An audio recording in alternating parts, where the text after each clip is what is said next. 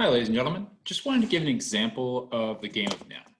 So let's say, for example, that I am playing against Mrs. Sosa, and I choose to go first.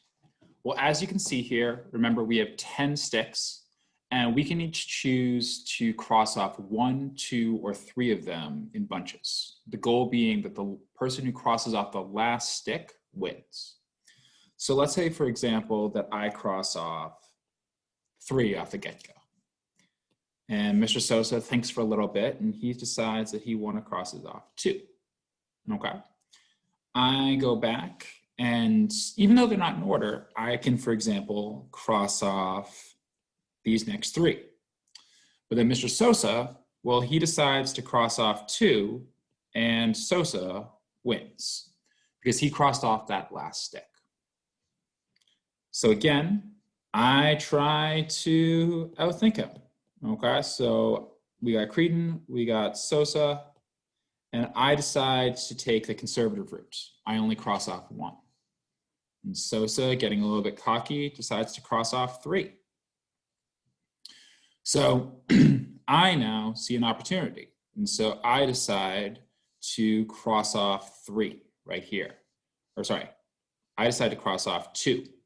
And so I leave Sosa in a tricky spot because there's 4. And so if he crosses off 1, well, then I can cross off these 3.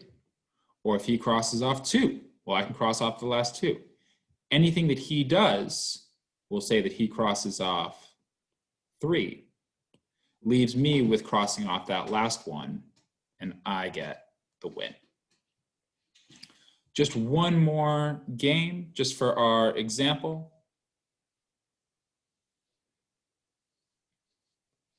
So again, I've got a case where we've got Creedon. This is the grudge match. We've got Sosa. Let's say that Sosa decides to go first, and he decides to cross off 3. And then I decide to get aggressive, and I cross off 3.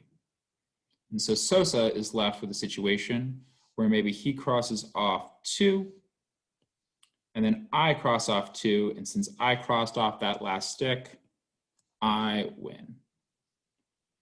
Creedon 2, Sosa 1, Creedon rules, Sosa drools. Actually, no, I'm just kidding around. Sosa's a really good guy, and I'm glad that he allowed me to use his name for this.